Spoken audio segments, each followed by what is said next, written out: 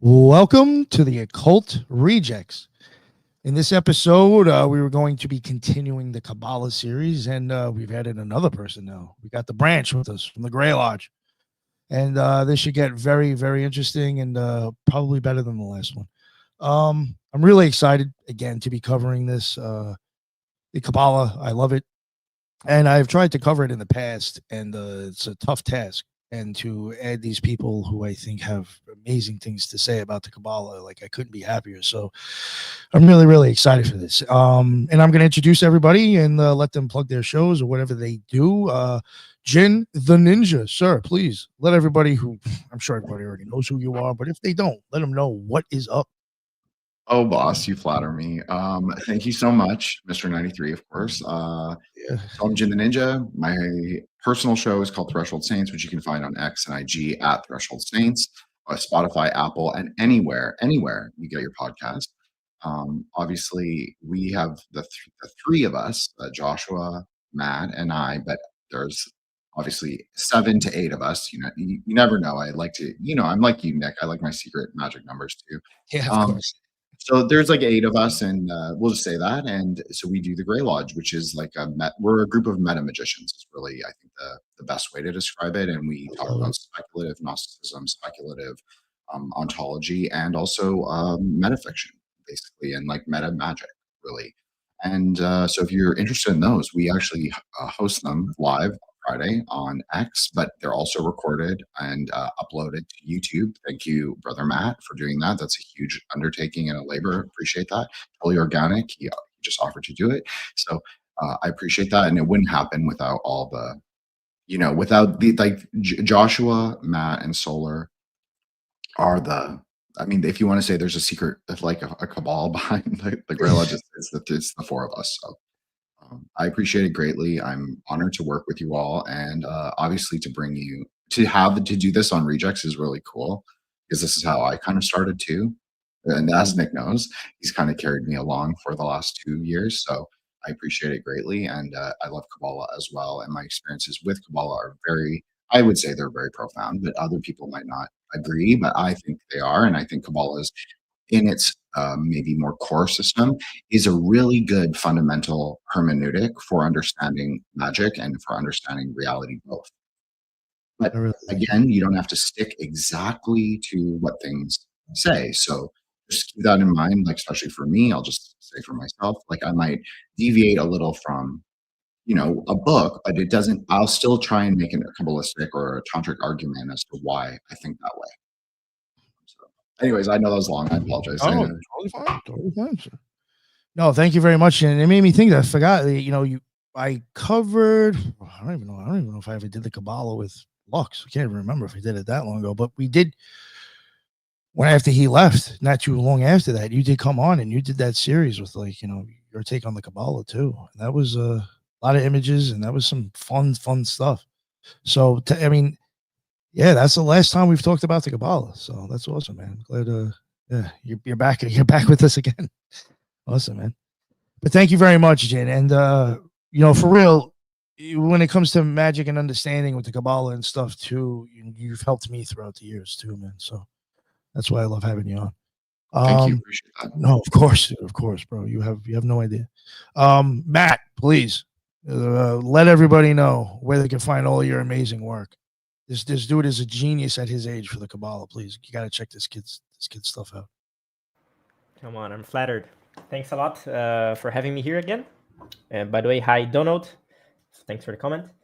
Yeah, so Matt Mora, I really enjoy Kabbalah. I think, like Jin was saying, is fundamental to me. It's really the primordial system. When I mean Kabbalah, don't confuse it with any specific Kabbalah. It's just the word that I'm using to define the system, right? It's not like specific to any group of people or anything like that.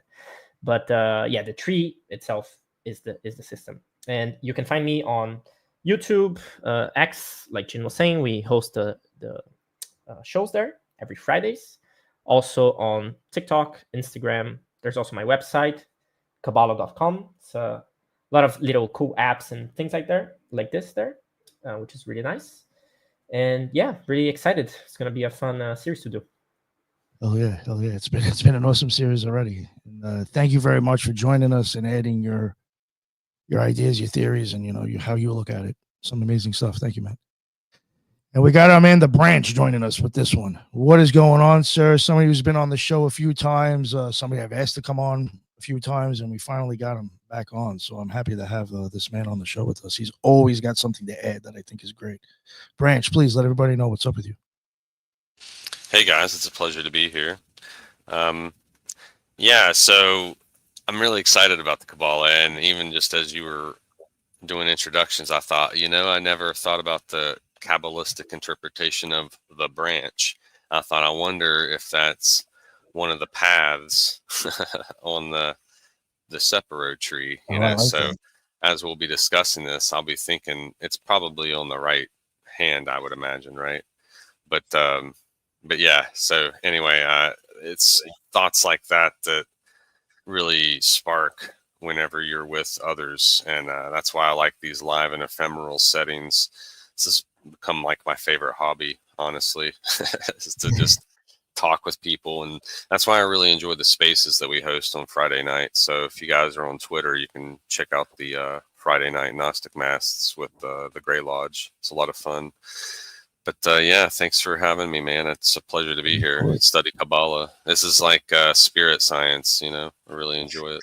I like that, spirit science. That's how I look at the Kabbalah. It's just going to tell me how I came into existence and how the fuck I can get out of here. That's how I look at it. Yep. So, and I guess real quick, this, I'm just speaking for myself. I'm sure this probably attributes to the rest of the guests here, but again, the Kabbalah. Some people get like, "Whoa, it's horrible Jew, fucking demon magic." In my opinion, if I'm practicing magic, especially the Kabbalah, if I'm trying to change somebody else's will due to that, I'm a spoiled brat, and I'm not actually doing what I'm supposed to be doing. It's supposed to be me changing myself to have an experience with God. In any of the books that I've ever read or that I might refer to, there is not one ritual in those books. It is not telling you to do anything to anybody. It is just trying to give you an explanation of your reality, how you came into existence, and how to have a conscious contact with God. So I just wanted to say that, some people sometimes, as soon as they hear the Kabbalah, they think, "Oh my God, it's horrible." If you don't want to hear it, even though I'm telling you it's not that bad, just turn it off. Sorry. But again, I just wanted to kind of put that in the beginning of it. It's not always, as I say, dicks and demons. There might actually be some gems of truth and knowledge in there. So that's why I want to cover this. So, yeah, I guess moving forward, like I did last time, there are some, when you get to these spheres, there's certain associations with them, especially to my opinion, I think that is when it turns into the Hermetic Kabbalahs, because now you're starting to pull from Hermeticism and all these other things. Those associations go with it, and I would cover those or read over those as quick as I can. And then, if anybody has anything to say, I'll let them jump in. And then after I'm done reading, we'll kind of like, give, I guess, an overall, our interpretation of that sphere. Going in order, we did Binah and then Dath. The fourth sphere next would be Chesed. I know that's probably one of Jin's favorite. It's definitely one of mine as well. Or I do see Jin. I have noticed Jin point out Chesedic stuff more often, so I'm just assuming he likes that. You're not wrong. You're not wrong. Clocking me live, but you're not. Everybody knows this, so it's okay. Well, it's because I see it a lot too, so that's why. Like when you point it out, I'm like, "Oh, my man's right." It's yeah, yeah. So let me get to these notes. Sorry, just pull them down. All right, Chesed. Yes, mercy. The fourth Sephirah. The name and meaning, Chesed in Hebrew is supposed to be like means mercy or loving kindness. It can also be called, and I sometimes do like using this, but some people have no idea what the fuck you're talking about, Geburah, meaning greatness or majesty. In the the ritual of the pentagram, when you do the Kabbalistic cross, you don't say Chesed, you say Geburah. So they use it there. And it's also known for kind of gives perhaps gives a better idea. It's an expansive, magnificent. The sphere can embody benevolence and constructive power. This is something I couldn't wait to bring this up because I've heard this a lot prior getting into, I guess, magic when I was in the conspiracy world. Pretty sure I've even heard this shit out of Jordan Maxwell's mouth. That L is always like the god of Saturn and like some motherfucker that's gonna, the horrible dude. It's gonna kill you, do whatever. El is the god name, the Hebrew god name associated with Chesed, which as I get down the line will actually be associated with Jupiter, not fucking Saturn. And I always hear this: El Saturn, El Saturn, El Saturn. That's how I know when somebody's ignorant talking about this shit. El goes with Chesed, the Hebrew god name of Chesed, signifying almighty in a benevolent aspect. The archangel is Zadkiel, the archangel of mercy, who oversees the Chesed sphere and personifies compassion and benevolence. Dion Fortune sometimes describes Zadkiel as the mighty spiritual being in whom we personify the forces that build up that sphere. I actually used to use him so much that I took a wooden disc and burnt with a wood burner, burnt his sigil into it because I was going to reuse it so many times. I actually worked with Zadkiel a lot. The angelic order, the Chasmolan, if I'm saying that right, I'm probably fucking that up. That is the brilliant ones, sometimes equated with the angelic choir of dominions. These angels radiate loving wisdom and goodness. See, so far I haven't heard anything about fucking anybody in the ass. I'm just want to throw that out there. Maybe on Geburah. I don't know. Yeah. I make this motherfucker bleed. Yeah, the planetary attribution. Jupiter, not Saturn. Chesed's mundane chakra or cosmic correspondent is the planet Jupiter, reflecting themes of kingship, expansion, and good things. I'm fucking up that word. A symbolic image that is normally used for this could be a wise king on his throne. Dion Fortune, who has the Mystical Kabbalah, that's one of the books that I have read and will promote, and Gareth Knight's Kabbalistic, whatever, something, I forgot. Gareth Knight, that's the author. His book, I may take quotes from. But Dion Fortune depicts Chesed as the wise and kindly king, the father of his people, organizing his realm, bringing the gifts of civilization. This image of a crowned monarch seated in a state conveys authority tempered by compassion and order. In contrast, Geburah's image is a king in motion. The virtue, obedience, specifically alignment to the higher will and divine law. So more actually with God instead of doing fucked up shit. In Kabbalistic terms, this implies humility before the cosmic order and the willingness to act as a channel for divine kindness. So basically, you gotta stop the bullshit, stop lying to yourself, and be honest. Vices, unbalanced mercy, bigotry, hypocrisy, gluttony, tyranny. I think that says enough. Symbols and tools, the scepter or the wand, the orb. The scepter and wand, symbol of authority and benevolent power. The orb, dominion over a realm. Ever notice I always use that scepter and orb in my arm. Very Chesedic. Crook, the shepherd's staff, guiding the flock. Geometrically, the solid figure of a four-sided pyramid or a tetrahedron could be, another symbol. An equal armed cross is also associated with Chesed, again emphasizing balance and solidity.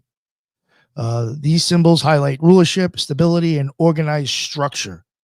That is another thing too which I got from Gareth Knight. I think the way he explained it, and I thought it was amazing.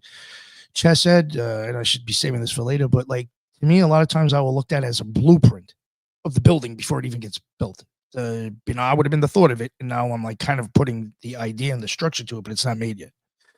So I think I don't know why you brought that up. It was something I was saying. It made me think of that. Tarot correspondences, it's related to the fours on the minor arcana.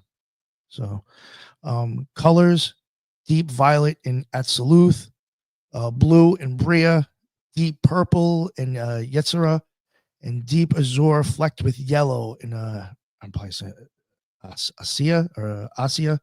I always wasn't sure how to say that one. I probably screwed up the other ones anyway. Matt can correct me later.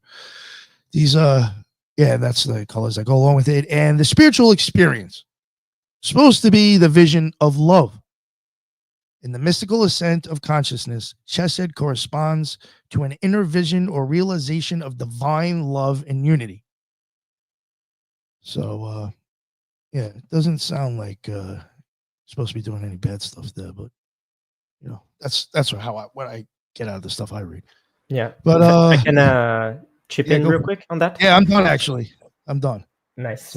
So it is. We are gonna get into Geburah in a bit, but it's all about, again, the balances of the forces, right? That's why we have 3 columns. We have one that it's expanding, and to the others, like you were mentioning, everything about Chesed is about others, not really about you, in the sense that the abundance, for example, that comes with, let's say, having in your natal chart, having something good with Jupiter, the abundance that comes is for you to share, not for you to indulge in yourself. That becomes like a problem for you if you do. In the same way, like, again, it's always about sharing the thing, like the love that you get. It's about sharing it, and so on and so on. So it's when I try to understand it personally, it's like everything from the right side column is about your experience with others and other things, and the left side column, which we are going to get into Geburah, is about yourself, which is also not about doing bad things, but more so about doing stuff for yourself, which is, again, also important. Like if you're going, for example, up the tree from Geburah to Chesed, then it's all about you having the discipline to do all your stuff, to be good at something, and then you're going to be able to share it, like become, let's say, a master and a professor and whatever, right? Very Hasidic idea of passing down the information. So it's again, people that don't that are not initiated into the thing can, you know, have a bunch of weird thoughts about it, but that's why we're here to talk about the actual stuff, right? Yeah. So, Jin, what is your I want to hear your take on. So I agree with you, with Matt, and whatever Josh was going to say. I'll say I agree 100%. And just because that is kind of the nature of Chesed in a way, it is perception. This is actually the translation I like the best. But I do like loving kindness. And if you come to the Grey Lodge spaces, you will hear me talk a lot about this. That in a way, and this is also a more traditional Jewish idea, but if people don't like that, that's a them problem. That's not a me problem. So I'm just going to express it in the way that I'm comfortable. So there is an idea that loving kindness can actually take you all the way through the tree, like path of lightning, path of the dragon. Like there's a potency, a progressive. I'm not using that politically. I'm talking a potency, which is also Geburah. And as Matt said, that's also why my PFP is yellow. It should come into synthesis. It should come into synthesis, this idea of perception and discrimination. And this is the other kind of translation I like for Geburah. Now, I'm not against strength or force or any of the other ways. And there are multiple names at different densities. I love that. You said that. It's great. Go ahead. Thank you, Nick. I appreciate that.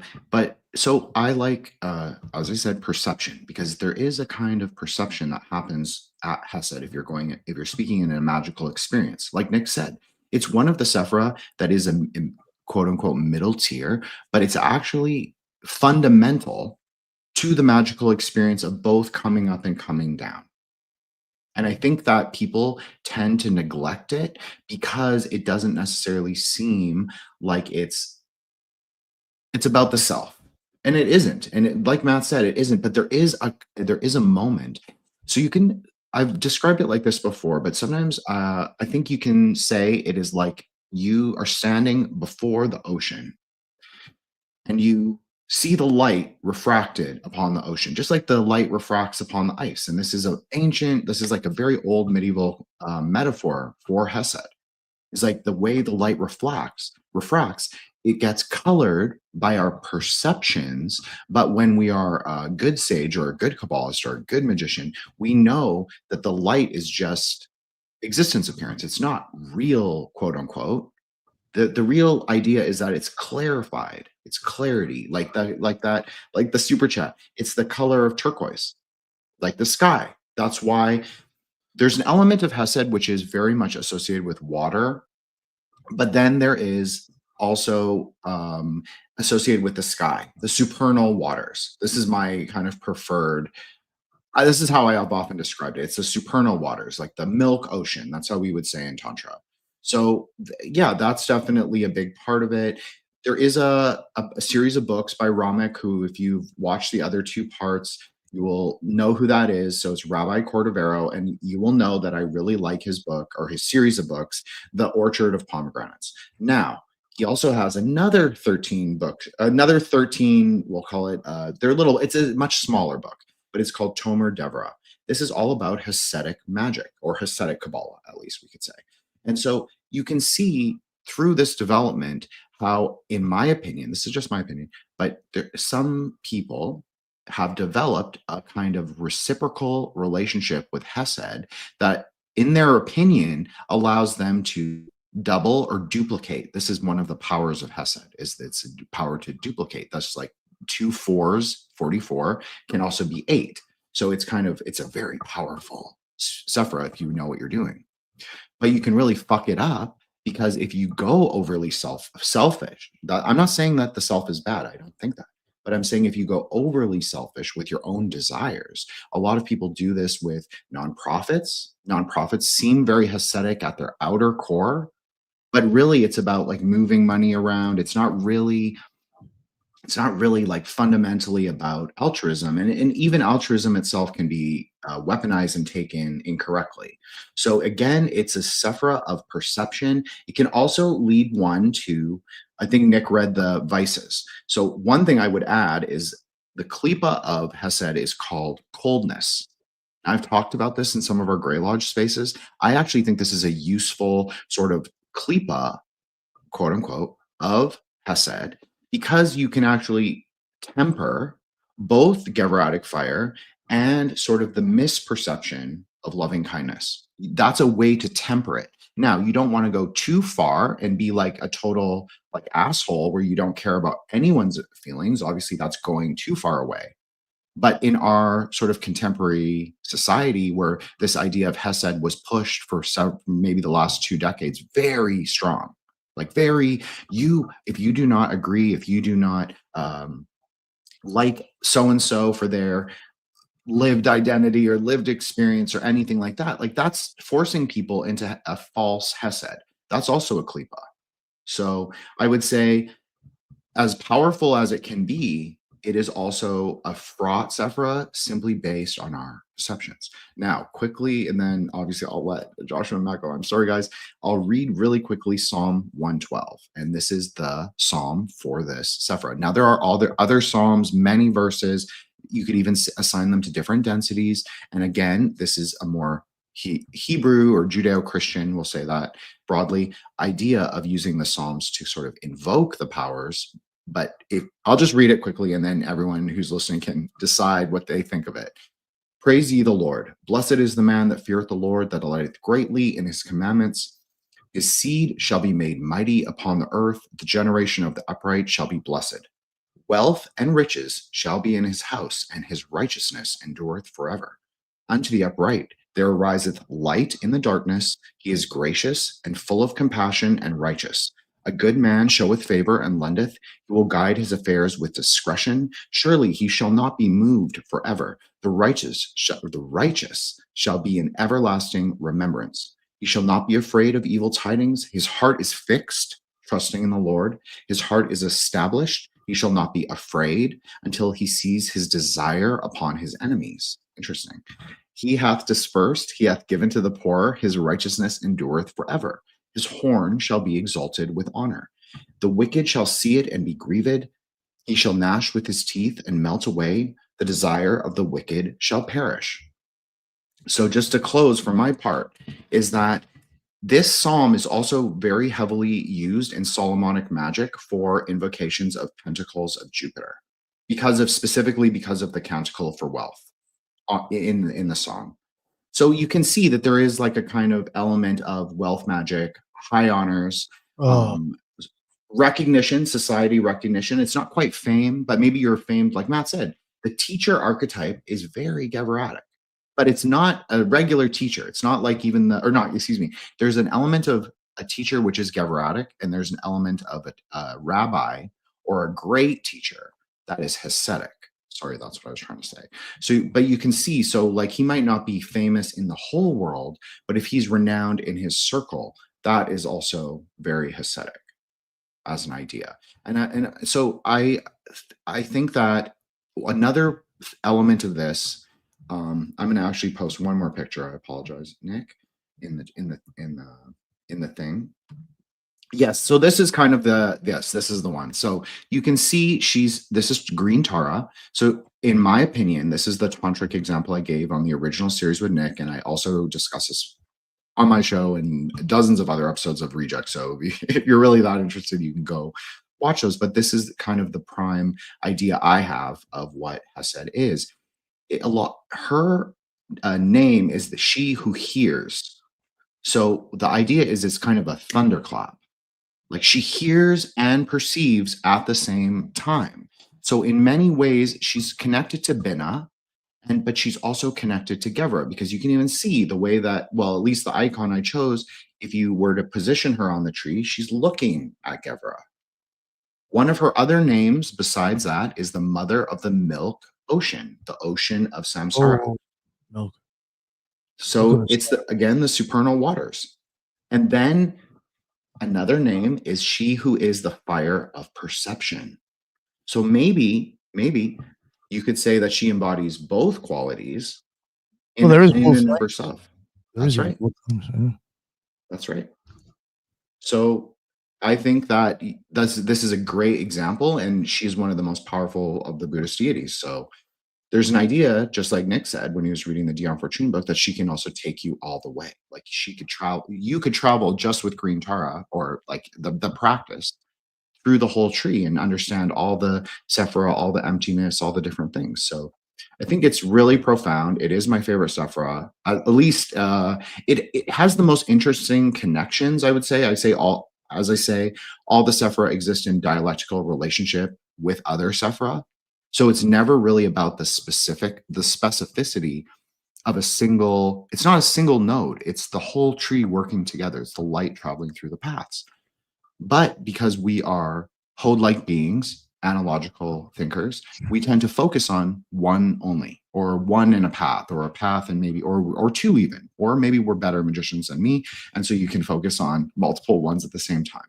But usually we break it down because we, for understanding. So I think that that's also part of her powers. She's able to perceive the other kind of nodes in the whole tree. And one of my favorite relationships is the sort of Bina Chesed connection, but I think more fundamentally the Geburah Chesed connection is more important. But in terms of our experience, so you could say, like, for the normies, this is going to be like the human lesson. Learning to be a loving, to practice loving kindness in the world, not necessarily expect anything in return, but also to be really strong, ferocious at times, but without intending to cause harm. It's like a very delicate balance. So I'll cede the floor, but thank you guys for letting me do that. I love Chesed. So sure. Thank you. That's why I asked you. Matt or Branch, if you guys want to say anything, you can go ahead. I'll wait till after you guys are done. Ted, is anything you just wanted to add? I have some stuff to say, but Branch, please go. You're waiting for a while. Sure, I can mention something really quick. First of all, that's an excellent psalm to bring up for this topic. And if you look at the verse, it's got the Aleph Bet between each of the verses. So it starts with Aleph and ends with Tav. And so you got all 22 letters there. So it just occurred to me, this is probably a key to the tarot, where you can probably map each of these verses to each of the paths.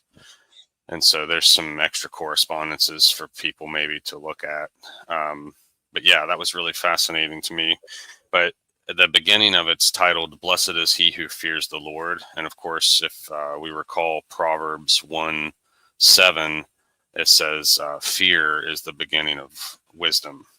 Fear of the Lord is the beginning of wisdom. So it's like the first candle on the menorah that gets lit.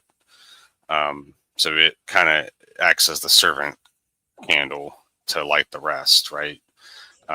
So anyway, this is really impactful. I just wanted to point that out. But as far as Chesed is concerned, or mercy, I think it's important to note too that the capacity to even be merciful requires you to also be strong or have the ability to be dangerous. So you can be nice and sweet and polite, etc., but if you're not strong and choose to be kind, then that's not truly mercy until you have, like, you're ceding the advantage somehow, right? So there's an element there where it's tempering, and because it's on the right side, it's abundant. So to kind of go along with what Jen was explaining here with Tara, because of the right-handedness of it, it is more powerful. And I think that that's something that's also exemplified when the king is in the throne and he extends his scepter to you. You may approach the throne and sometimes make a request or something like that. Kind of like the Godfather, you know, on your birthday, you get a wish or whatever. But so that sort of thing kind of aligns with this. But I wanted to mention a couple more things in terms of, in the Bible, we're oftentimes laborers for the Lord, right? And so this is, in Judaism, this is known as tikkun olam, or the repairing of the world.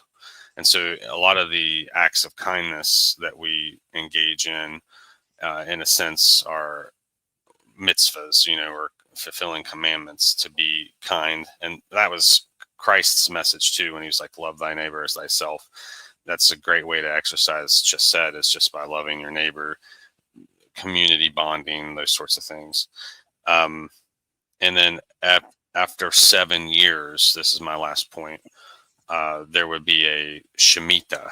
And then every 49 years, the last year, the 50th year, would become a Jubilee.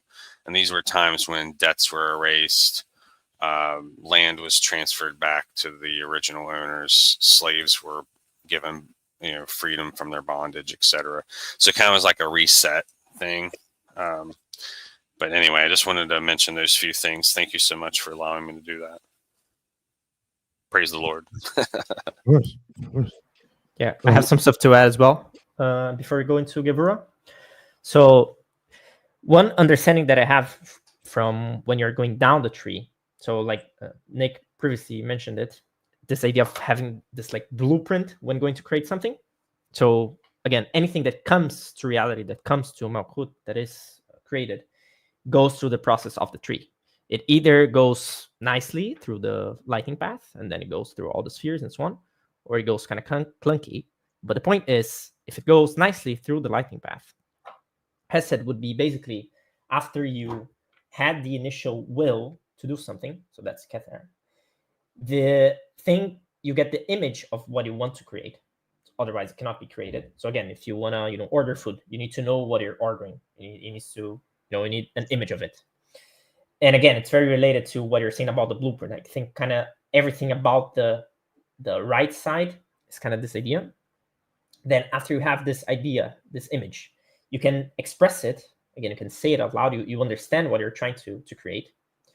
On that we also covered on the last one, it's when you express it somewhere. So again, be it by writing it down, like pushing a button on the app or whatever, just expressing it somewhere. And then when it comes to Chesed, then here it's all about the feelings that you have about that thing.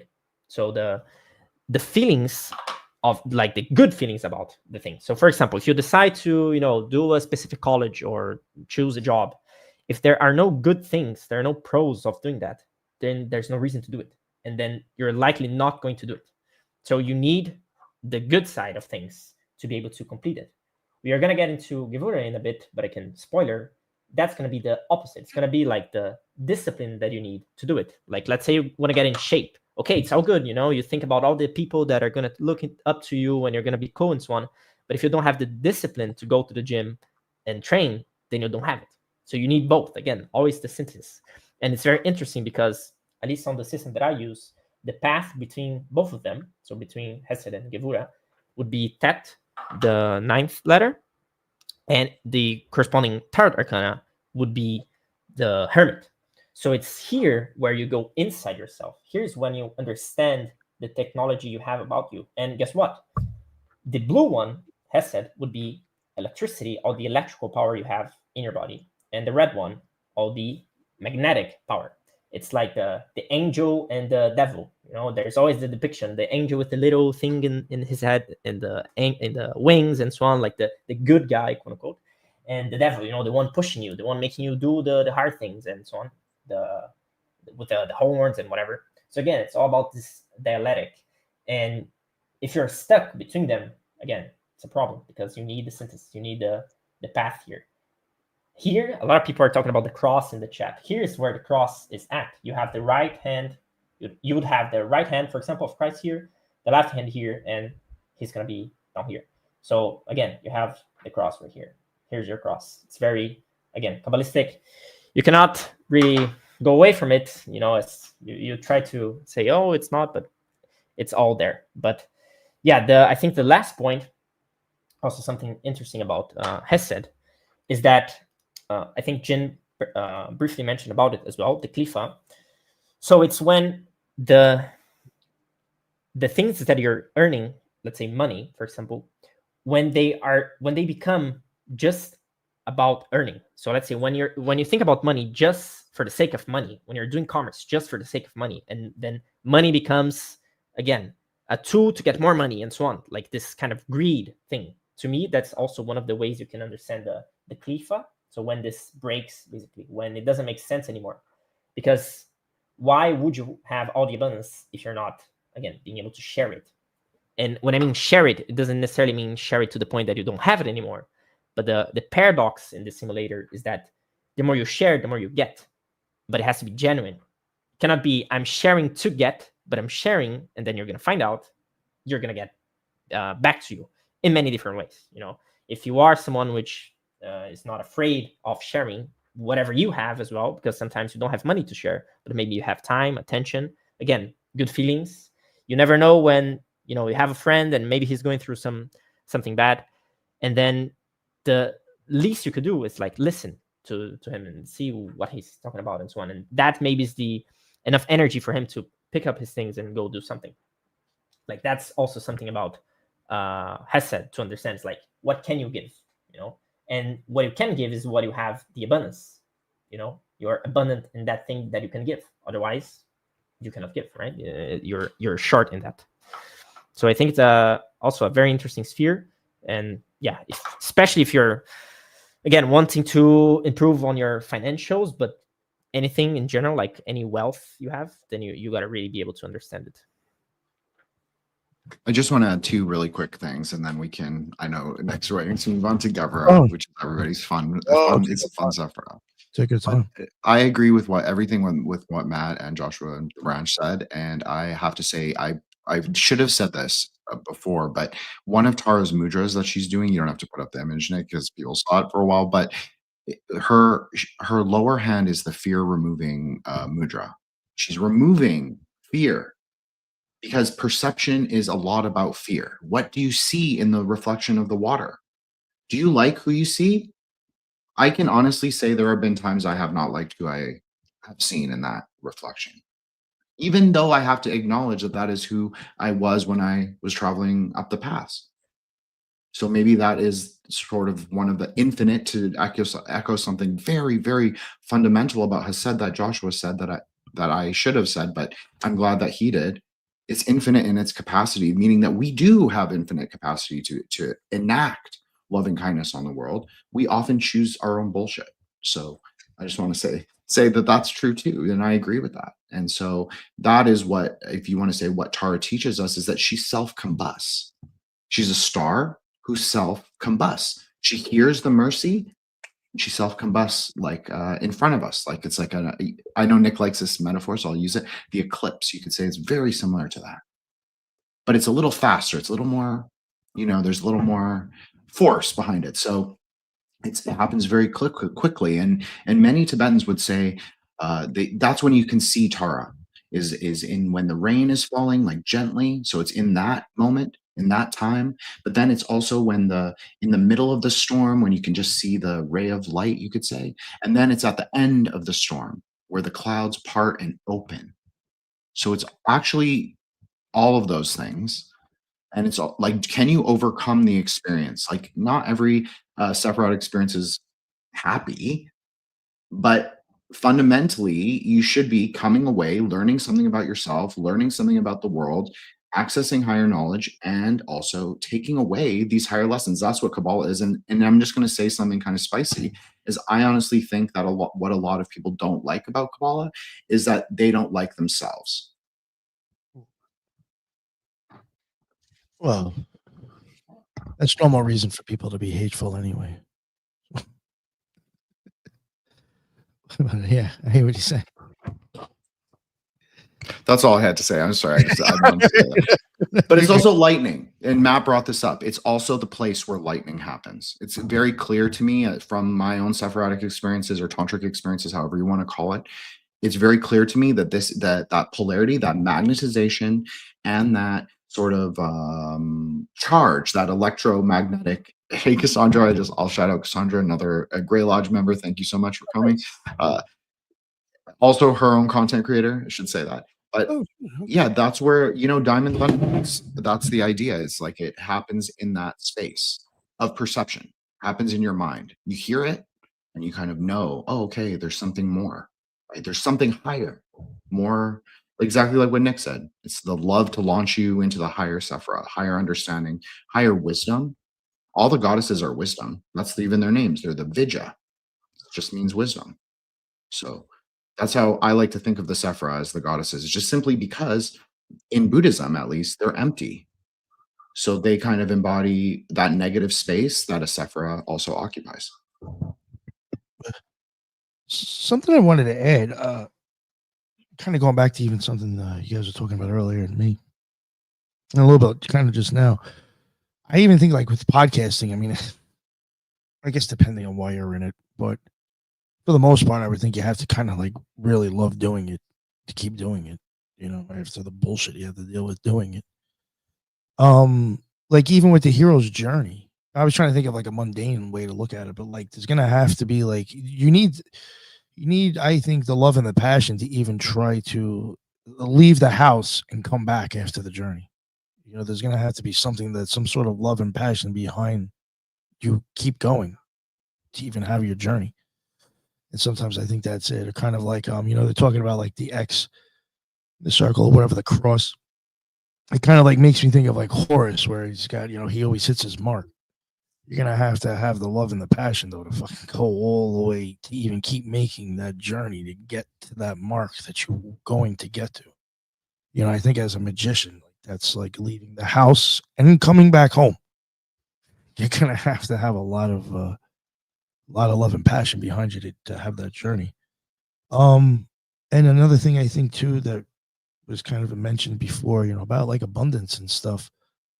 I think one of the quickest ways of fucking off this sphere and misusing it is thinking that the abundance is actually in materialistic stuff.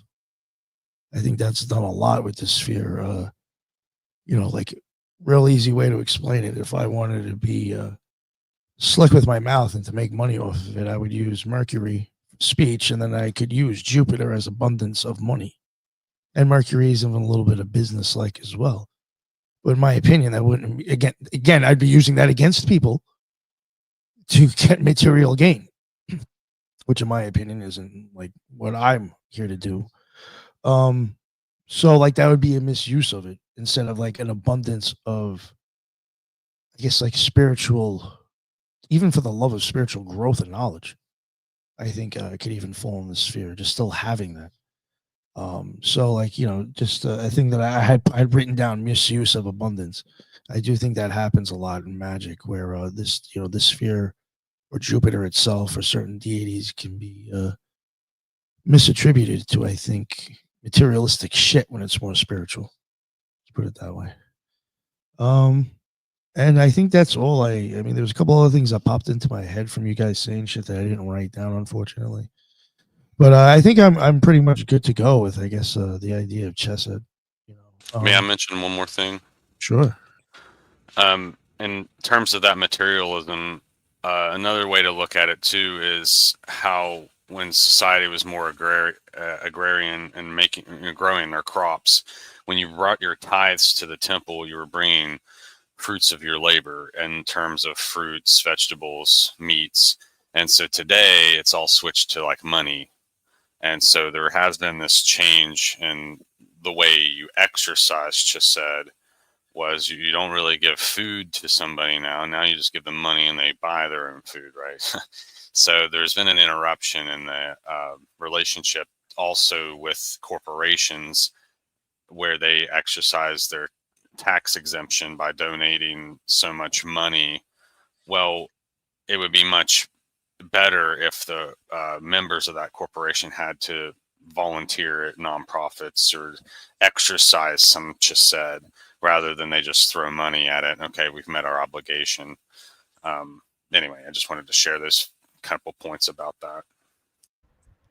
Yeah. If I can say something on that real quick, like it's a pretty good difference again in giving something just because you're giving it, like as in sure, and giving with the intention, like Joshua just said. So if you're giving a tithe, for example, like, which to be honest, most likely it's bullshit a lot of times when they're asking you for one. But if you're doing the real one, let's say, the point of it is not just to give the money. Let's say if you have, 10 million in your account and you just transfer it, it's whatever, like you don't care about it. It's not the same as if you have the money and you're there and you're experiencing that, again, if you want to call it love and kindness, by sharing the thing that you have in abundance of yourself, and then you can give to someone which doesn't, and then it balances things out. So again, if we are talking about a real tithe, you can do is think to yourself, where is the actual temple of God? The temple of God is yourself. So take a tithe for you every month, and then every 10 months or so, take from that tithe that you saved, like the 10% of your salary every month, 10% of that, and then give it to something that you care about. That's something that not only is going to grow your community more, because again, you should be giving to something that you actually care about and so on, but that's also going to make you be more abundant yourself, because you're going to have to care about 10% is always going to be for the tithe, like unless even if you think, oh, I'm not going to be able to pay the bills and whatever, doesn't matter. The tithe is the divine, for the temple of God yourself, you're gonna have to pay it.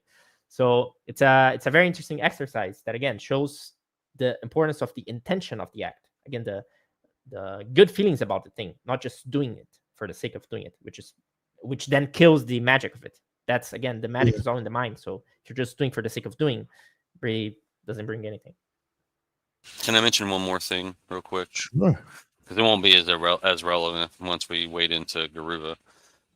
There's a good parable in the scriptures about the parable of the talents and how the Lord, in this case of the vineyard, of the household, whatever, it's kind of applied in general. But the Lord, in this case, delves out his talents, which talents are a measure of like gold or silver, things like that.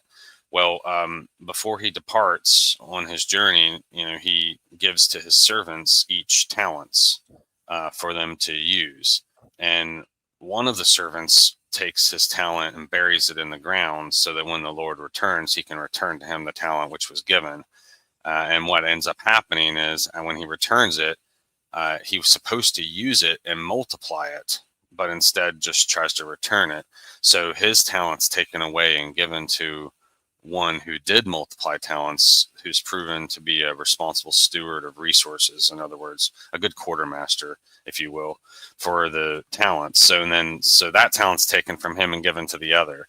And so I think that's kind of a interesting point to make here too, is that if you're doing the tikkun olam, if you are trying to do the Lord's labor, resources will find their way to you naturally, because you're not the foreman, you're just a laborer. The foremans will send you resources.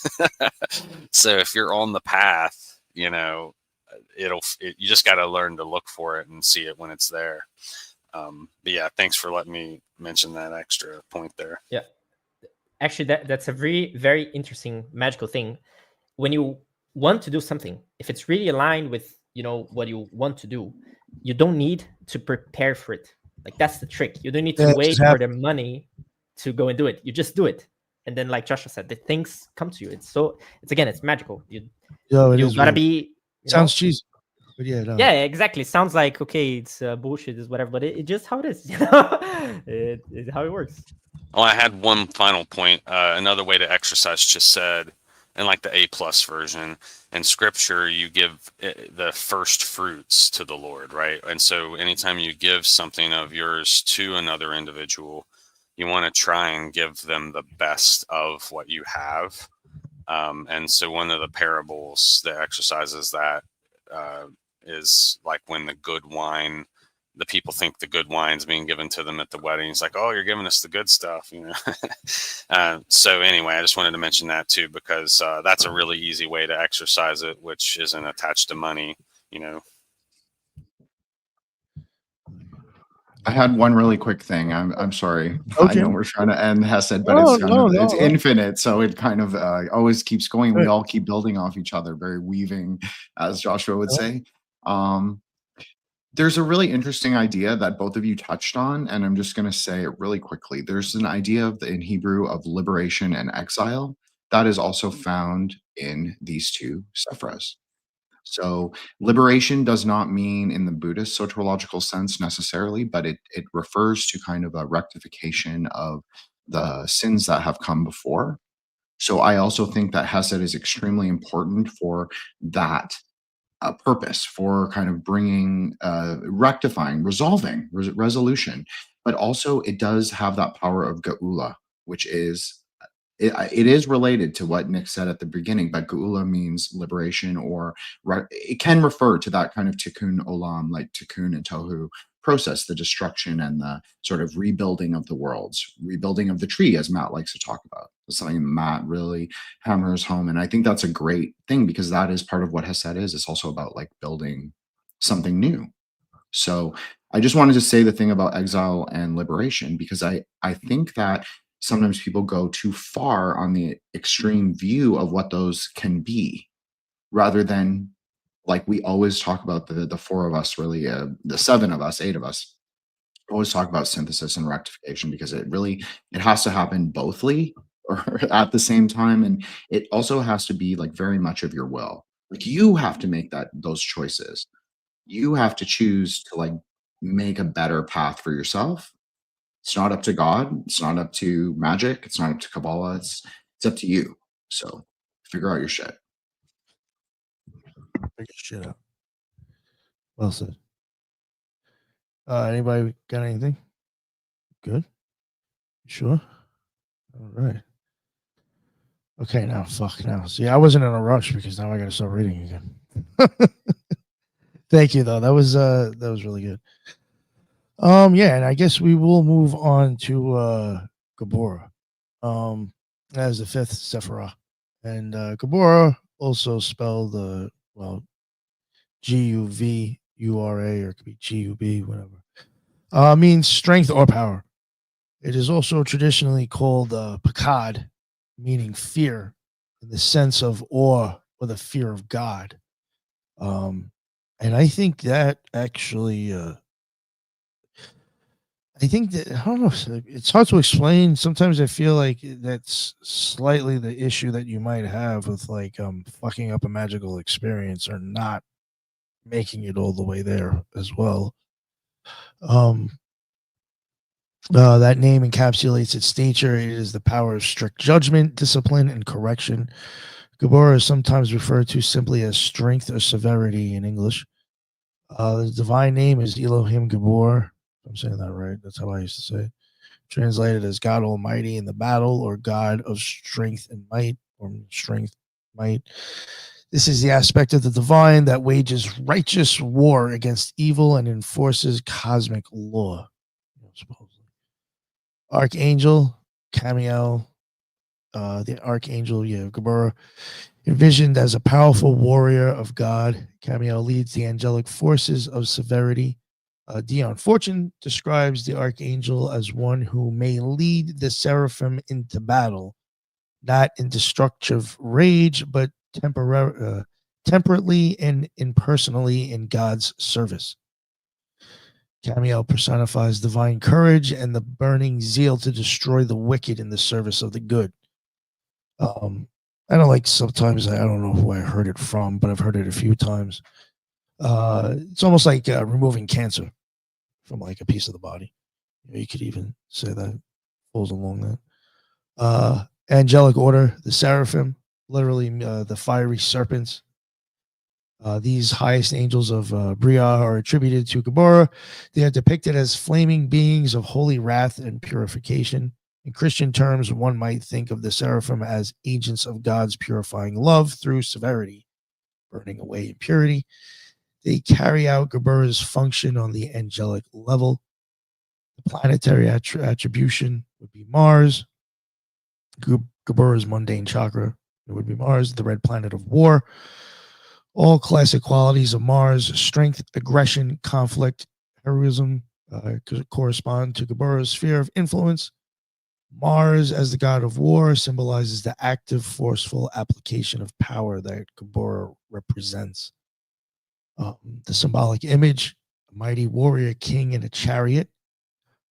Dion Fortune contrasts this with Chesed's seated king with the seated king, like I mentioned earlier. In Geburah, we have a warrior king leading his people in battle, defending his kingdom, punishing crime, and destroying evildoers. This is the archetype of the active champion of divine law, the aspect of the divine that goes forth to correct, discipline, and combat. The chariot signifies mobility, offense, and controlled force. Gareth Knight notes that these traditional images make understanding easier. Chesed is a king on his throne, Geburah a king in his chariot. Where Chesed is stationary stability, Geburah is dynamic motion. Some of the virtues could be energy and courage. These are Spartan virtues associated with strength and severity. In a positive sense, Geburah bestows the courage to do what must be done and the energy or potency to carry it out. This includes moral fortitude and the will to sacrifice or battle for the greater good. Vices, cruelty, and destructiveness. Taken to excess, Geburah's force without mercy becomes blind cruelty, brutality, or pointless destruction. Dion Fortune even says these vices call for no comment, for they are obvious. Mars, ill-dignified, needs a little explanation. Another way to view it, without the guiding wisdom of Chesed, Geburah's strength can turn into oppression or wrath for its own sake.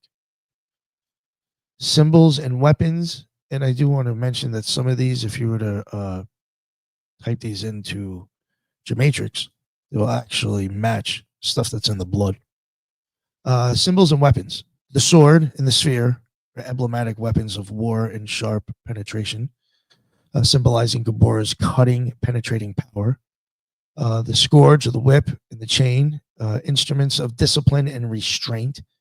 These tools reflect punishment and binding, which are in Geburah's domain. Additionally, the pentagon, the five-sided figure or pentagram, and a five-petaled Tudor rose are given as geometric and floral symbols, all emphasizing the number 5 and martial, aggressive qualities. In the tarot, it would correspond to the 5s of the minor arcana, and the colors are orange and absolute, red, scarlet, and Bria, brilliant scarlet, and Yetzirah, and deep red with black flecks in Saya. And the spiritual experience is the vision of power. So there you go. Dion Fortune describes the experience as the vision of such power as might tear the universe asunder. So, and I'll shut up there, and I'll let Jen take this one. He's already got pictures down at the bottom. So, well, that was great. Thank you so much, Nick. I think that it's great to relate it to the text. So obviously I'm going to deviate a little, but this actually extends on things that Nick and I have discussed like live on Rejects many times about Geburah. So I'm not disagreeing with the text, but I'm just maybe filling in some of the empty spaces of like an actual experience versus just strictly, someone from the Golden Dawn explaining it. So I agree that there is a red quality to this Sephra, but I personally find it to be not quite as red as it is often described. That doesn't mean that it's not there. It's there. It's just, in Tantra at least, we think of it as very gold. Very gold. And well, just real quick, I just want to add this. I think all shades of red would fit in there, and at some point it's because other colors are mixing in to make it a different shade. You know what I'm saying? So I understand where you're going with that. Like, even I can agree how you could add, I would think anything close to a flame. All those colors that within a flame would even, which is what I'm looking at here. Could all it's very match. Hode-like, right? Like, Yeah, that's what well, Hode there's going to is. be a little bit of that Smart. in there, though. I think. Right. Sorry to interrupt. I'm just actually No. trying to go along with. No, what we're you're riffing. We're riffing. It's all good. No, you're totally right, Nick. It's the spark of, because the spark is before the flame, and the spark is described as like splendor. Hode is described as like resplendent in the sky. It's fireworks. That's the perfect metaphor for Hode. It's colors exploding with self-combustion almost. So it's absolutely there, and flame isn't red, but flame appears red. And there's another kind of element to go along with what Nick said. It's transfixative. You see it, and you're like, what is that? That's not a substance. That's not a phenomenon that I recognize. Everybody gets like this with fire because it has the multiple colors and is constantly in motion, constantly changing. Now, that being said, we said it's constantly right, chaos. But we did say, so I'm agreeing that it's constantly in motion. But as you can see, she's actually not in motion. She's potential energy holding the hammer.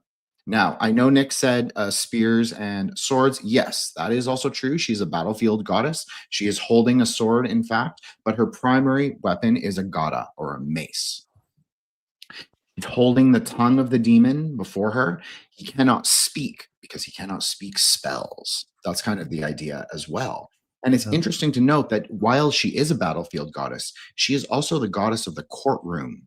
So the battlefield is also the courtroom. Very interesting, I think, especially because if you sort of consider one of the archetypes, one of the best, I would say modern archetypes for Chesed is a lawyer. So you could say that Geburah, or the goddess of, or what I'm saying is that relates very much like directly. She is like the body of the courtroom. And so a lot of people do black magic in this way with this goddess. I'm not saying do that, but I'm giving the cultural color to shut up the opposing lawyer. That's very popular because as she's holding the tongue, it's not really holding the tongue.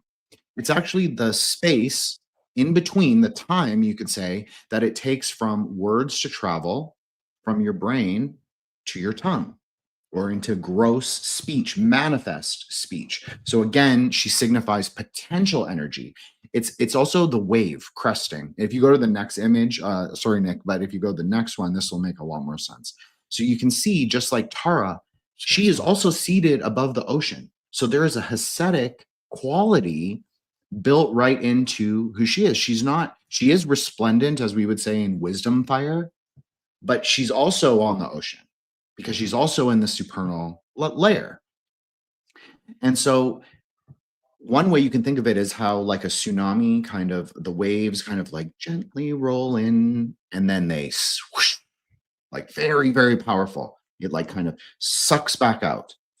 That's very much her power. And I also think that's very Geburahic as well, because if you consider that Chesed and Geburah are very much in a dialectical relationship, yes, they all are, but none more two than those Sephra, really.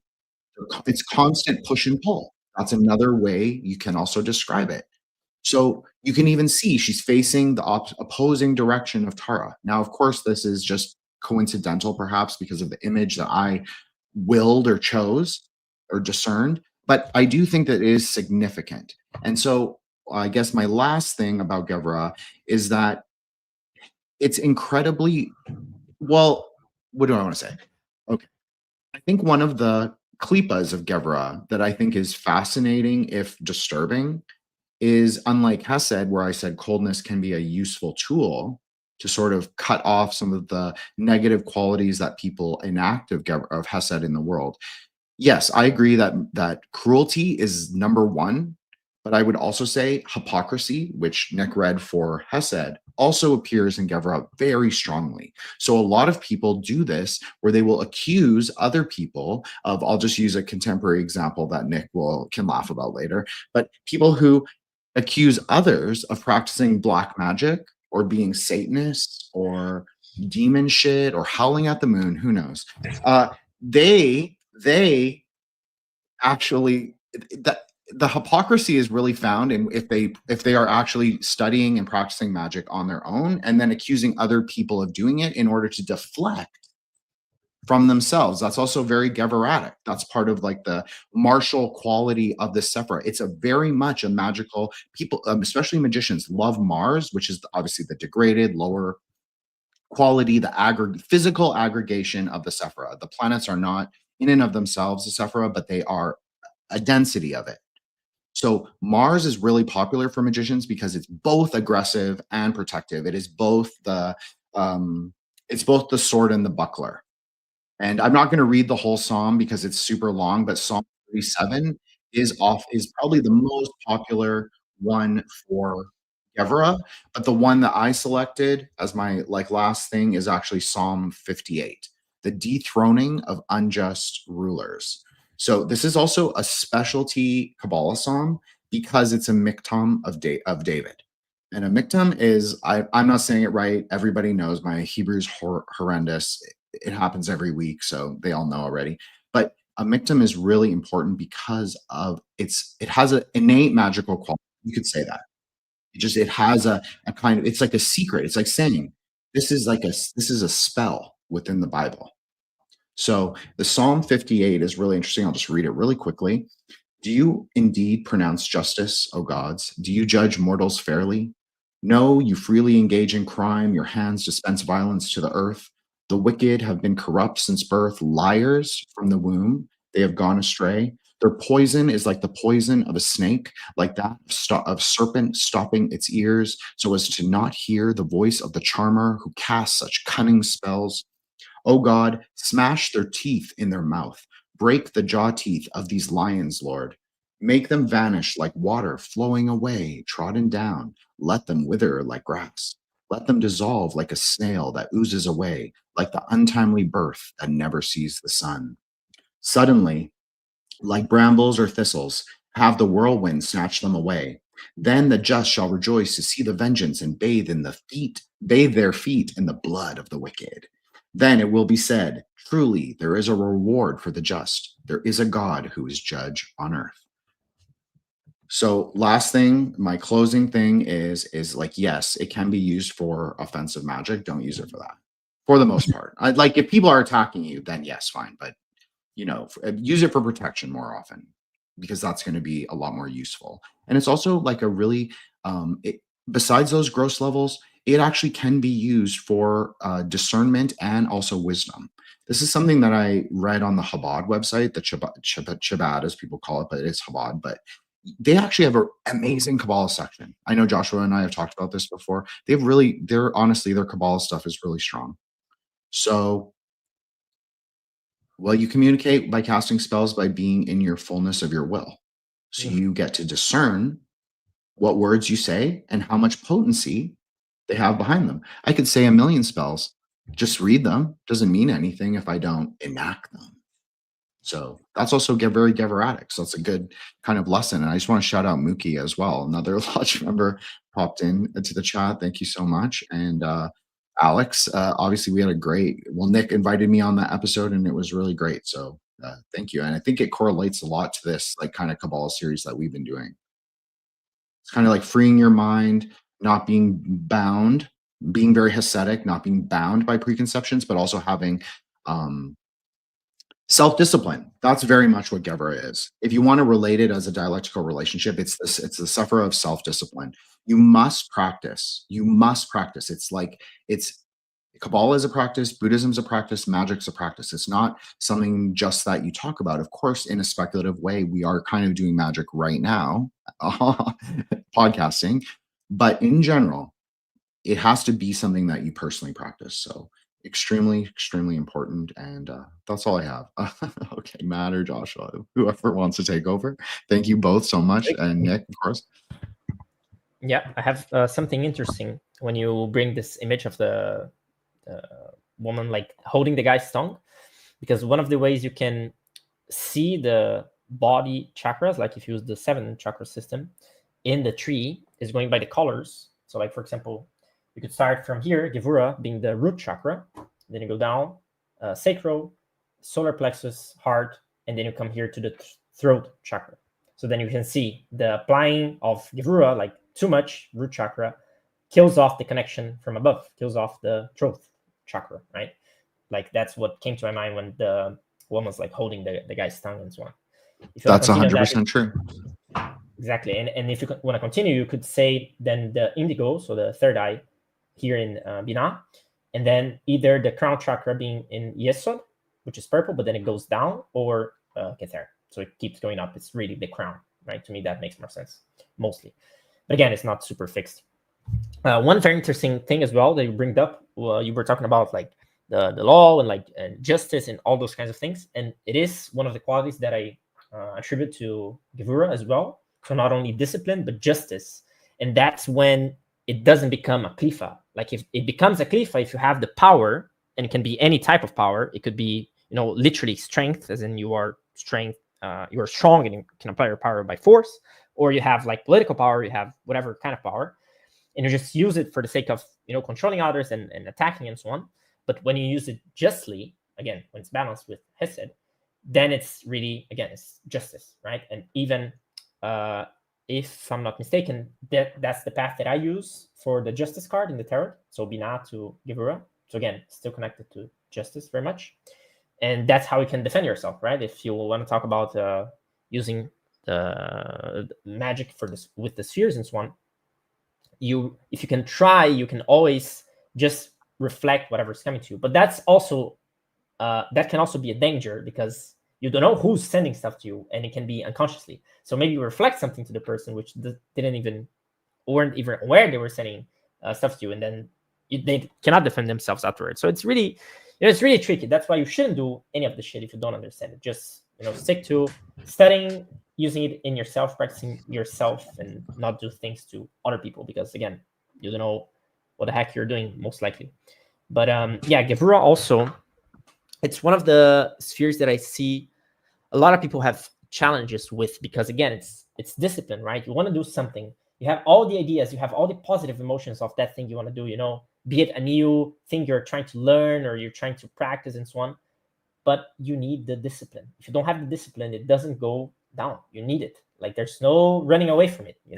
It can be easier the more the good feelings you have about a thing. So if you really love something, it's going to be easier to go through the discipline, but you need to do it. And sometimes you need to do something that you don't love that much, but you need to do it anyway. So again, you cannot escape sometimes. And if you start trying to escape from it, then it doesn't come, and then it clogs up.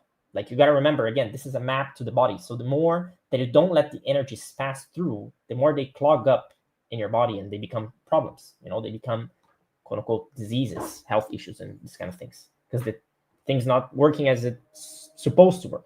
So be very wary of that as well. Dave, Joshua wants to keep up. Yeah, sure. Another great psalm. Thanks, Jen. But yeah, when we were talking about the meaning of it, I couldn't help but think of Boaz, because Boaz also means strength.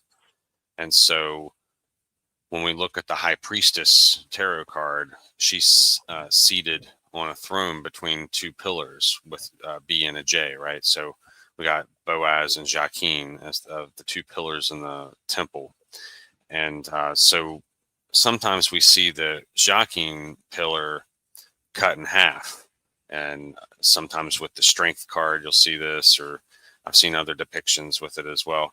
And this represents like the slain beautiful, or when how ignorance slays something that doesn't understand. And so also Christ kind of aligns with that Jacqueline element there, but because it is the right pillar, it has that resurrection element, that it can't be killed, right, or something like that. Like the lamb also has this alignment.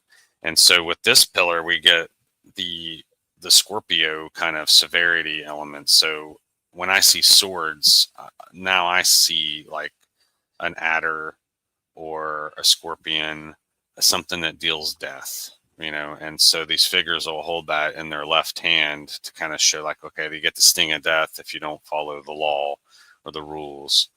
And in any and in the Norse traditions, talking to Jen about this yesterday, Algi's rune is associated with the Valkyries and softening judgment. So there is this element too in the court system where you might have a sentence, right, that is spoken, a decree, a judgment, but then it may get softened with Chesed. You know, so a lot of times you'll find the opposing Sephiroth present in the exercising of whichever other Sephiroth you're working in. And so I think we sometimes see that. But another element that needs to be mentioned here is how the destructive element, like tearing the universe asunder, well, I don't know, maybe with the right hand, sure. But I think with the left hand, it's always limited. It's never complete destruction. It is fierce, it is strong. However, there's always an element of preservation present there, because if destruction was with the right hand, it would be complete and total, tear the universe in half, whatever. But with the left hand, there's always that measure of mercy kind of holding it back. And like I've maybe even said before, like if you have children, you know, I would encourage you that if and when you ever do punish them, do so with your left hand, so that you're not doing it. I'm left-handed incidentally, but most people aren't. So you're going to be clumsy and weak with your punishment. So if you're going to do it, do evil with your left hand, right? The one you're not probably well skilled with. And so I think a lot of that stuff kind of factors into also this, not it's technically Geburah, but in the left-handed element as well. And I like the idea also that, you know, one hand washes the other. You know, have you ever tried to wash your hands with just one hand? It's difficult. So they have this relationship where you'll find the opposite in the other a lot of times, kind of helping for that flow to be achieved, I guess. Because without it, without that polarity, there's no exchange, right, in the flow. And the one last thing I wanted to mention here was the shepherd's crook and the flail. In the pharaoh, we see this same imagery as we see with the high priestess card. So you got mercy and severity. So that scepter of the king would also be like your shepherd's crook. You know, he's shepherding his people just like a shepherd would the sheep. But the flail would be for correction, or to put one back on the path, or what in Hebrew we call the derek. So to get you back on the path working, the Kabbalah tree, right? So it's not to kill or maim, it's to correct the path if it's used appropriately, of course. Thank you. Sorry, Joshua. Sorry, Nick. Just go really quick. I agree with everything, 100%, 110%. Use a magic number, of course.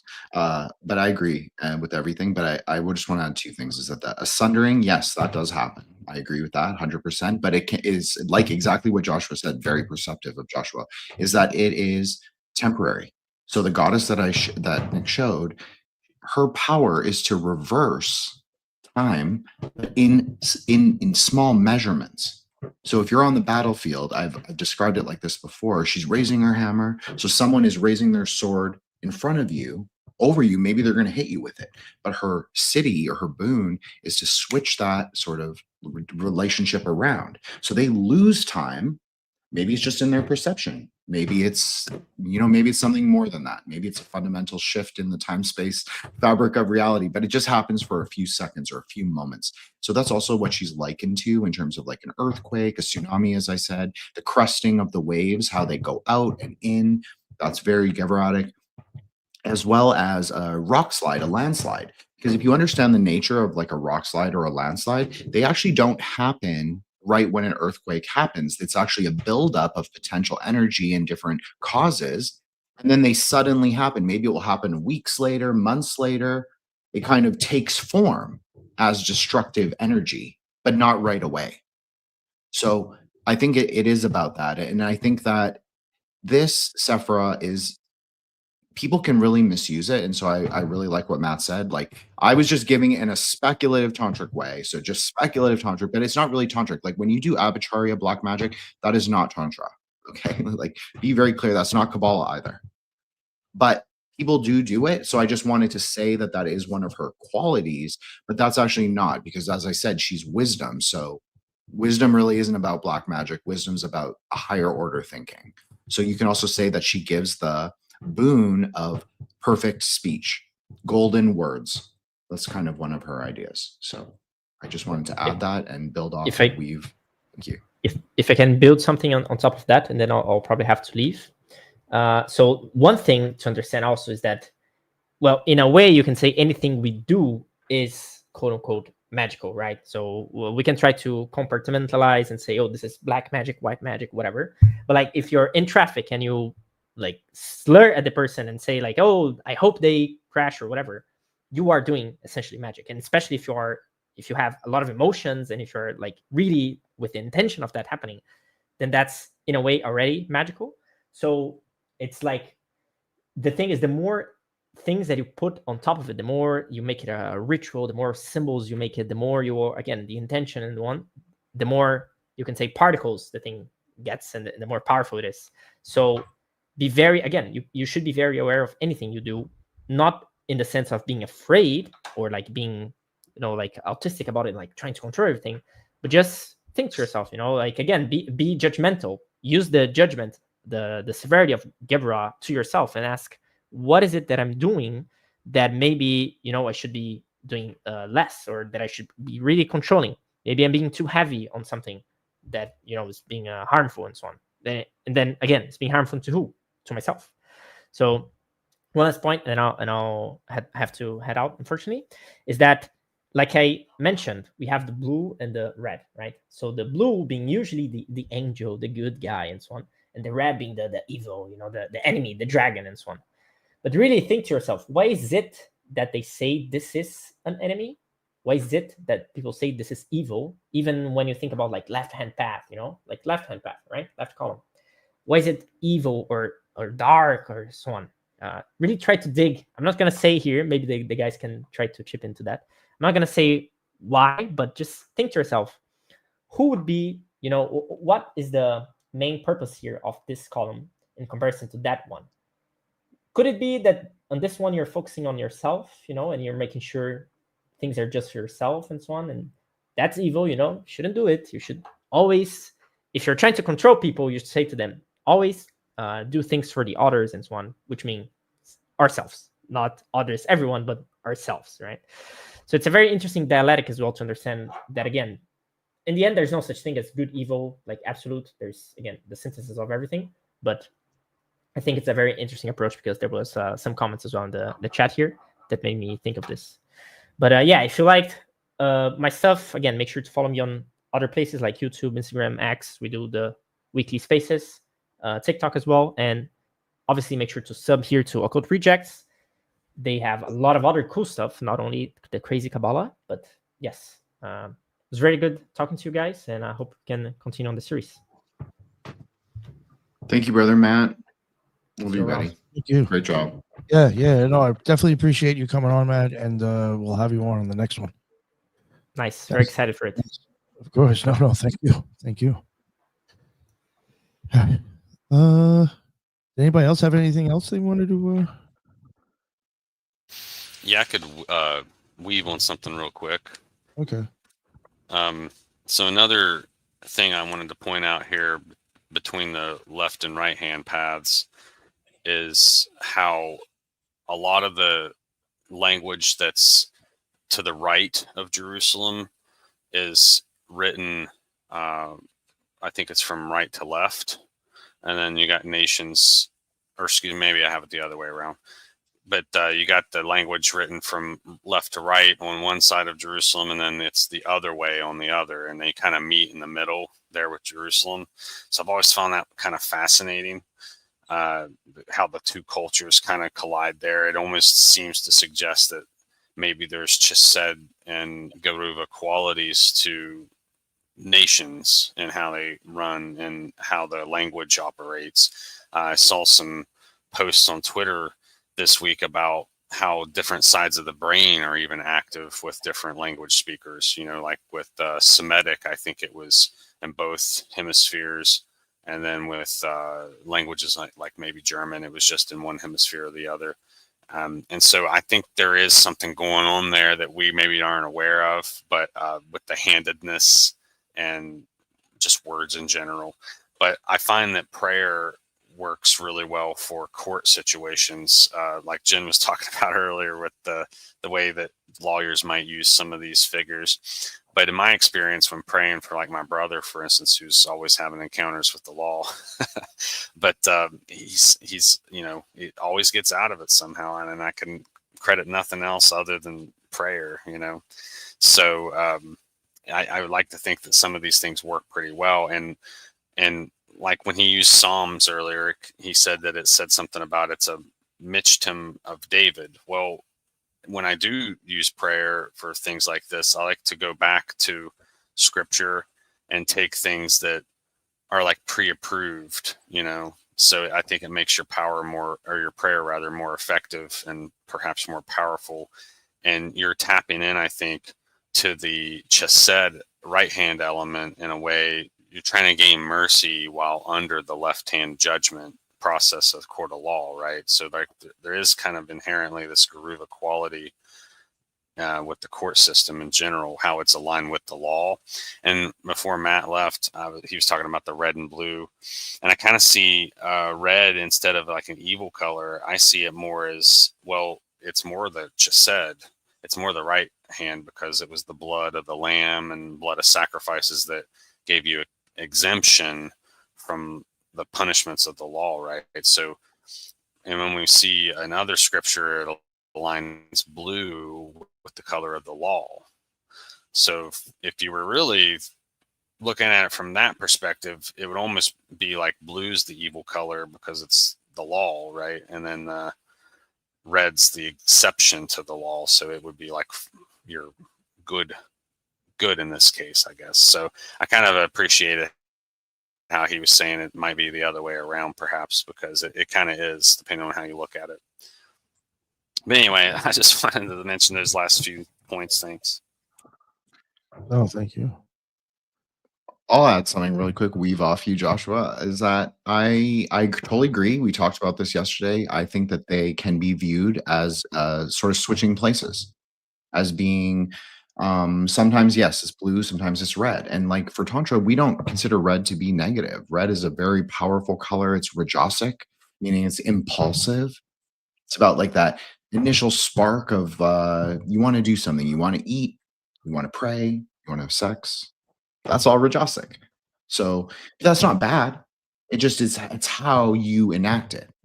So ascetic person is going to be very in that kind of dialectical relationship where if you say blue is actually becomes the negative or the reverse polarity of that kind of rajasic impulse, blue is actually more associated with tamas or sin, although that's not necessarily like how Christians interpret sin. Again, to say what echo what Brother Matt said is this is like when you're getting into conceptual Kabbalah and then like the speculative way we're laying it out, it is beyond binaries of good and evil. And it's important to note that, but that's nice to say because if you don't understand that fundamentally, that's people misunderstand that as like a moral thing or about doing evil in the world or about enacting their will. And I agree that Geburah is a lot about putting your will into the world.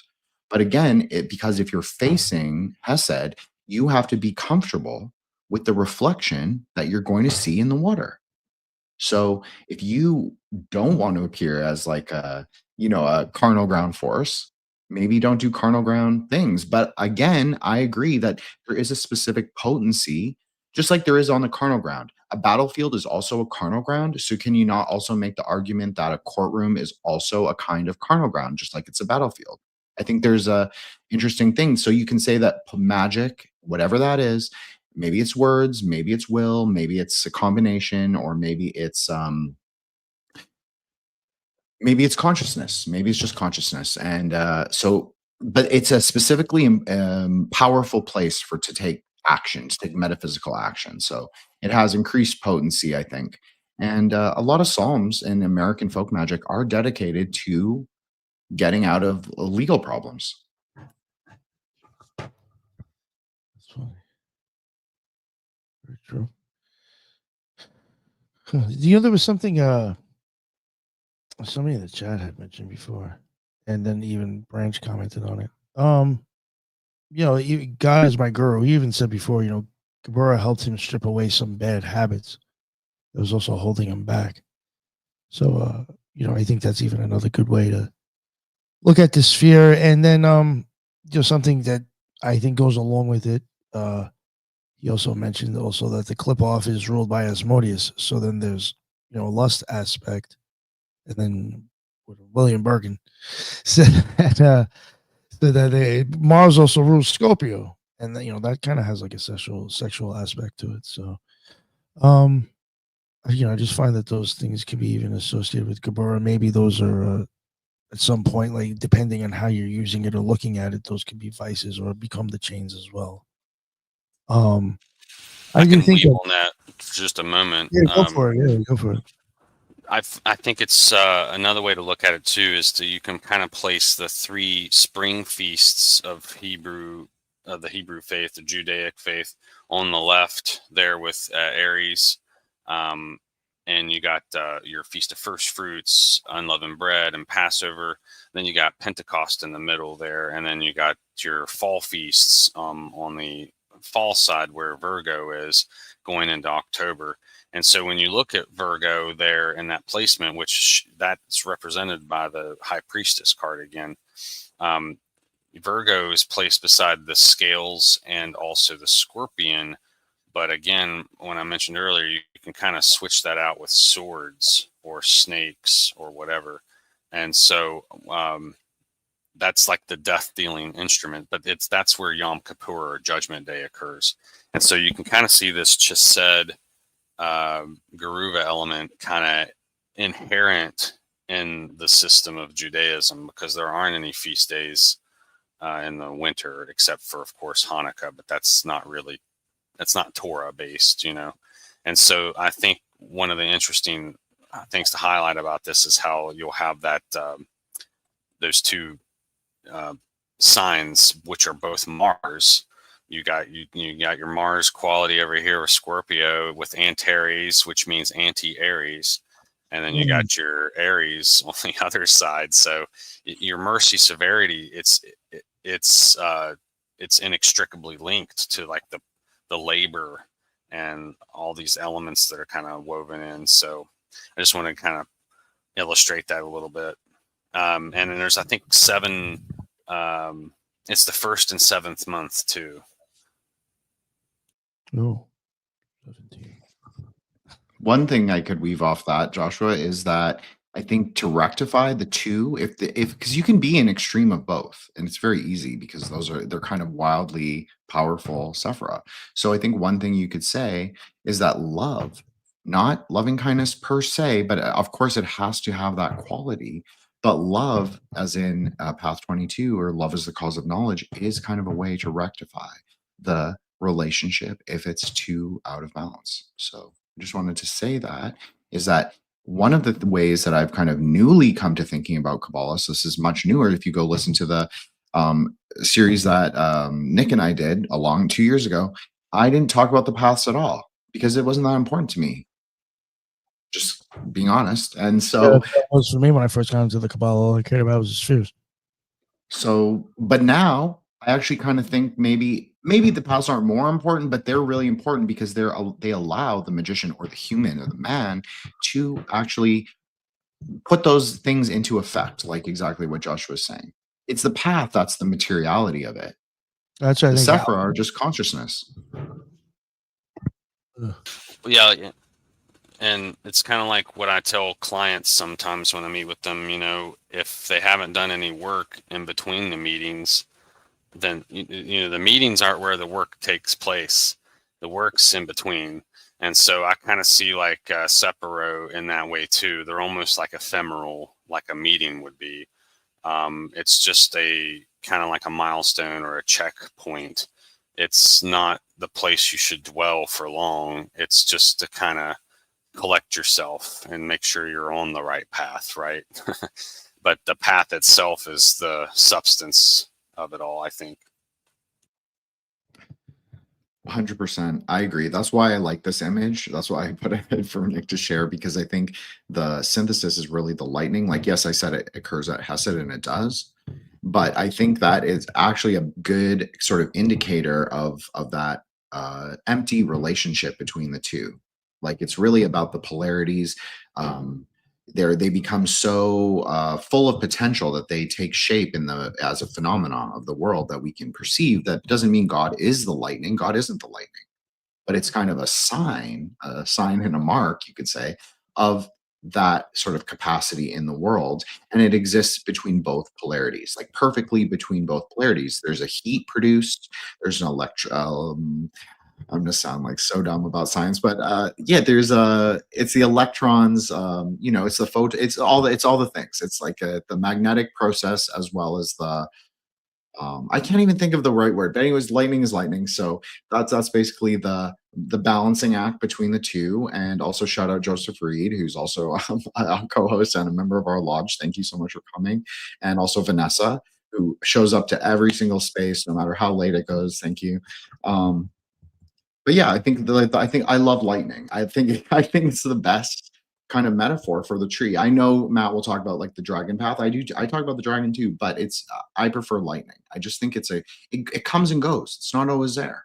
It's kind of like the perfect Kabbalistic metaphor. Sometimes your understanding is really deep, really vivid, really strong, and sometimes it's harder to articulate, and sometimes it's less clear. But it's because it's a practice and you have to kind of work at it every day. It's not just one-time thing, one-time magical journey. Like, yeah, that's great. Maybe that gives you the knowledge to describe it the first time, but then you also have to keep kind of going so you can keep describing it. So that's a good lesson that I had to learn, maybe a good lesson in humility sometimes, but it's all necessary, right? So I just want to say that, yeah, you're totally right, Joshua. And this is a volcanic lightning too. So it's specifically a mixture of all things it's earth, it's air. Well, it's earth, fire, and water all together. And then air is produced. That's how a tantric way would think of it, which also relates to the number 13, which also relates to Chesed. So interesting. All right. Well, yeah, I think we could wrap it up there. You guys are good. You good, Branch? Yeah, man, this was a lot of fun. I appreciated the opportunity to talk about this stuff. Can't really discuss it in everyday life, so these spaces are very sacred in a way, because I mean, where else can you find it? So thank you so much for hosting us. Oh, of course. The only other thing I think I could really just say real quick, because I had mentioned it earlier, if people do go back, or if they have it on a book or whatever, those associations, or how I mentioned that some of them will pull up with stuff in blood. I do think with this sphere, you can actually go into like actual legit science with blood. So yeah, like I even think the chains could even like literally be DNA. There's a lot of basically science that I know people know that I kind of touch on that stuff with occultism, but I do think there's a lot of stuff possibly with the blood that's being shown with the Hermetic Kabbalah and Geburah. Well, So- after all, we're dealing with Mars here, right? And that is iron based. So there might be something there indeed. And I did just see a post this week about how there might be a possible link between the 22 amino acids and the tarot and the Kabbalah paths. So you might want to look into that if you're studying the DNA stuff. Oh shit! Yeah. Yeah, and one of the proteins, I can't remember what it's named. I don't know if it's one of the aminos, but it's in the shape of a cross. And then you got the bases, which gematria-wise, numerically spell YHWH. So you got those kind of consistent throughout the base pairs as well. So if you do go far into it enough, you start to see these weird patterns. So maybe you'll appreciate that. Yeah, and I actually, if you can, after the show, send me anything about it that you might know of. Yeah, that's awesome. No, thank you, man. You fucked me up with that. Now you had me thinking. Yeah, let me wrap up the show here. But yeah, I do think that stuff possibly does go that deep, or at least in occultism. I agree. Yeah. Blood, Mars, nettles. If you want to think of like a gross herb, nettles is a great martial herb because they're urticaceous, meaning that if you touch them, they will cause a inflammatory reaction on the skin, a burning, but it's actually temporary. So it's very Geburah.